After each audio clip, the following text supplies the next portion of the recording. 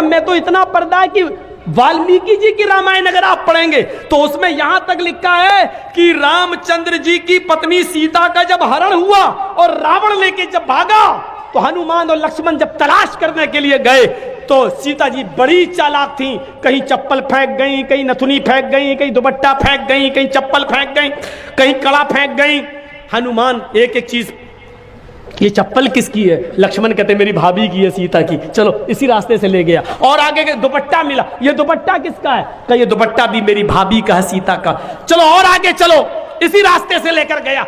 और आगे बढ़े, एक एक चीज हनुमान जी देते गए और लक्ष्मण पहचानते गए। लास्ट में नाक में पहनने वाली नथुनी मिली, नथुनी। तो हनुमान ने कहा ये नथुनी किसकी है? जल्दी से लक्ष्मण ने कहा अरे यार हनुमान जी ये नथुनी नहीं मालूम है, ये शायद मेरी भाभी की होगी। हनुमान ने कहा सारी चीजें पहचान गए, नथुनी कह रहे होगी। तो हनुमान जी के इस प्रश्न पर क्या जवाब दिया लक्ष्मण ने? हनुमान जी ये नथुनी अगर मेरी भाभी की थी भी तो मेरी भाभी नाक में पहनती थी, इसलिए मैं नहीं पहचान पा रहा हूं, क्योंकि मैंने आज तक अपनी भाभी का चेहरा नहीं देखा। कहा क्यों? कह रहे वो मेरी भाई की पत्नी है सीता, मेरे भाई की राम की पत्नी है, मैं कौन होता हूं उसको देखने वाला, उस पर नजर डालने वाला, उसके चेहरे को देखने वाला। गौर करो, रामचंद्र जी के भाई लक्ष्मण ने अपनी सगी भाभी सीता जी का चेहरा नहीं देखा, देवर ने भाभी का चेहरा नहीं देखा। ये हिंदू धर्म की मनुष्य आज वाल्मीकि रामायण आज तक कह रही है, आज तक ये सबसे पुरानी रामायण है वाल्मीकि की, जो 2000 साल पहले लिखी गई है। आज तक उसके अंदर ये लिखा है कि राम के छोटे भाई लक्ष्मण ने सीता का चेहरा नहीं देखा। आज भी बहुत सी सभ्य समाज की स्त्रियां जब ट्रेनों में हिंदू की सफर करती हैं तो आप देखिए साड़ी पहनकर ऐसे लंबा घूंघट ऐसे मार लेती हैं, चेहरा नहीं खोलती हैं वो ट्रेनों में और बसों में। आज भी सभ्य समाज की उसी वाल्मीकि रामायण पर अमल करते हुए वो किसी को अपना चेहरा दिखाना गवारा नहीं करती। अल्लाह की मार ऐसी पड़ी, कल तक जो पर्दे का चेहरा छिपाने का मजाक उड़ाते थे, आज अल्लाह ने सबके चेहरे छिपवा दिए। छिपाओ, डालो मास्क अपने मुंह पर। हिंदू धर्म में भी पर्दा है, ईसाई नन्हे भी पर्दा करती हैं। आप देख लीजिए ट्रेनों में सर छुपाए होंगी बाल और एक सलीब उनके लटकी होगी, बिल्कुल ऐसा लगता है जैसे नकाब पहने हुए हैं, सब चेहरा छिपा हुआ, चेहरा खुला हुआ है बस। बहुत बंदरियां बनी फिरती थी अमेरिकन, चुड़ैल जैसे मुंह ले भेजे। ये खूबसूरत होती थोड़ी है आपको जैसा लगता है। अगर बारिश हो जाए ना सड़क पर बाजारों में तो इनका सारा क्रीम और पाउडर धुल जाएगा, इनकी औलाद इनको नहीं पहचान पाएगी कि मेरी अम्मा कहाँ गई। आप जिनके पीछा कर रहे हैं ये तो लिपस्टिक और क्रीम और पाउडर से लगती है 60 साल। आपको यकीन बता, मेरे इलाके का वाकया बता रहा हूं मैं आपको। 60 साल की बुढ़िया ने पहन लिया बुर्का, और खूबसूरत बुर्का, डिस्को बुर्का, फूल उल चढ़े हुए। अब 60 साल की बुढ़ी बेचारी चल रही है, बुर्का देखकर एक नौजवान उसका पीछा करने लगा। इतना खूबसूरत बुर्का था वो, नौजवान उसका पीछा करने लगा, चलने लगा। इसने पीछे मुड़ के देखा कोई लड़का मेरा पीछा कर रहा है, और लड़का ये समझा कि धीरे धीरे चल रही है, शायद मेरी वजह से लाइन दे रही है। वो अपने बुढ़ापे की वजह से धीरे धीरे चल रही थी, कमजोरी की वजह से। लड़का समझा हाँ लाइन दे रही है।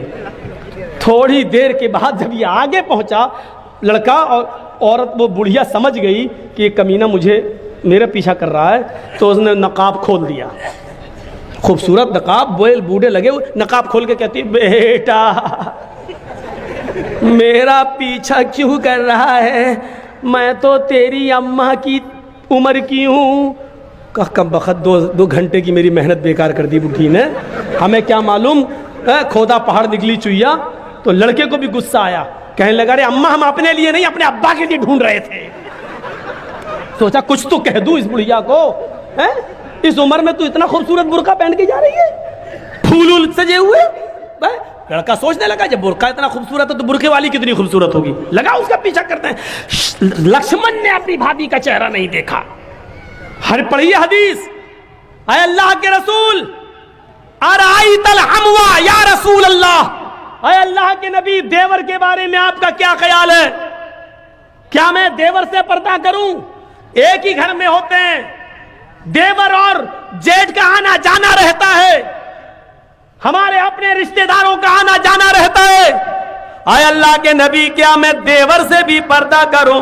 अल्लाह के नबी का जवाब ये था, हां दूसरों से पर्दे में कुछ कमी हो जाए तो चलेगा, दूसरों से पर्दे में कोई कमी हो जाए तो चलेगी, लेकिन देवर से पर्दे में कमी नहीं होनी चाहिए।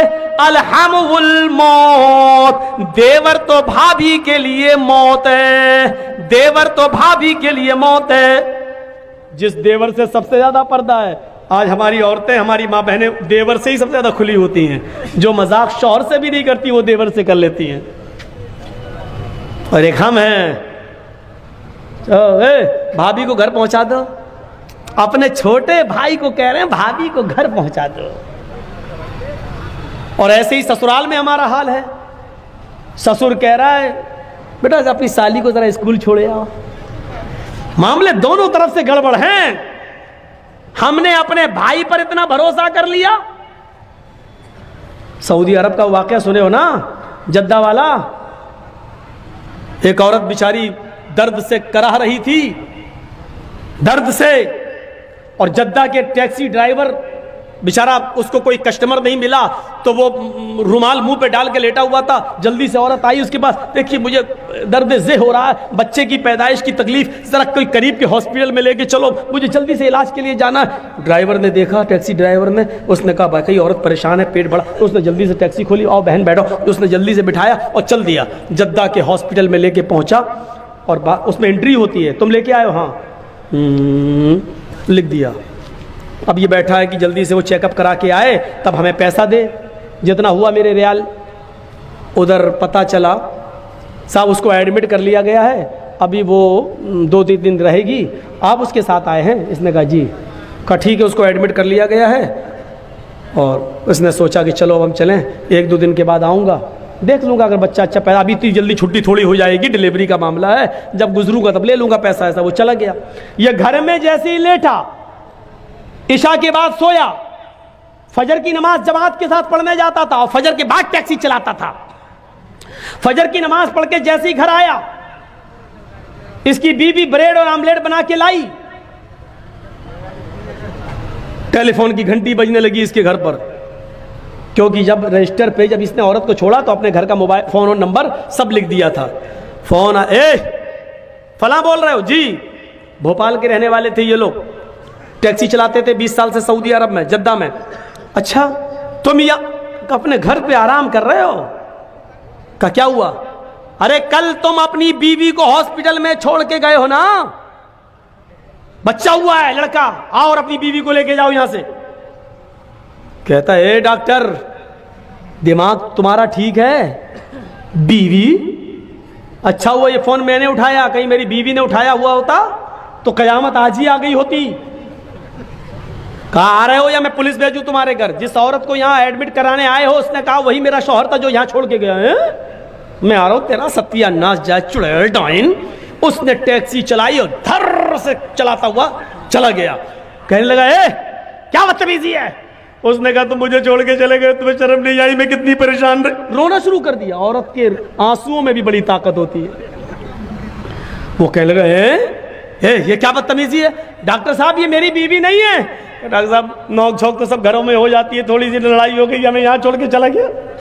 नहीं मैं ये बेटा अरे मेरा नहीं है, चलो अपने घर के झगड़े अपने घर में खत्म करो, चलो। उसने कहा ऐसा है चेकअप कर लो। चेकअप कहा डीएनए टेस्ट करे। ये लड़का आदमी तैयार, कहने लगा ठीक है मैं डीएनए टेस्ट करूंगा। मामला इतना बढ़ गया कि डीएनए टेस्ट की नौबत आ गई। जब इसका ब्लड निकाला जाने लगा और लड़के का ब्लड, तब औरत क्या कहती है? डॉक्टर साहब डीएनए टेस्ट कर लीजिए, लेकिन मशीन कभी कभी गलत रिपोर्ट भी दे देती है। अभी आदमी चिल्लाते हुए कहता चुप, गलत रिपोर्ट दे देती है। अभी पता चलता है 2 घंटे के बाद 3 घंटे बाद जब रिपोर्ट आएगी या 2 दिन